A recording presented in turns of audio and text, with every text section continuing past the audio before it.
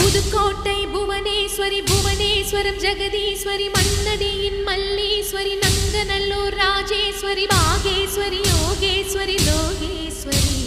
Melmalayanur Angala